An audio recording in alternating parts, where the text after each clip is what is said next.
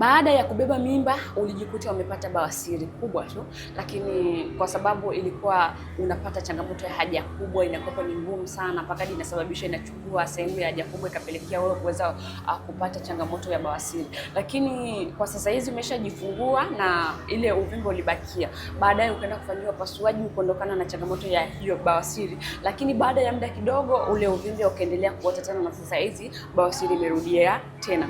Hiyo ukiona unapitia hali hiyo, ujue kwamba ulienda kukata yale matokeo ya uvimbe. Ukiona umetoka na bawasiri, timisi kwamba mishipa yako ya haja kubwa ilipata hitilafu ikawa inavimba. Hasa wewe ulienda kukata yale matokeo, lakini haujafanikiwa kutibia ile sosi ambayo ilisababishwa na mishipa ya kwenye haja kubwa ikaharibika na ikatokea uvimbe.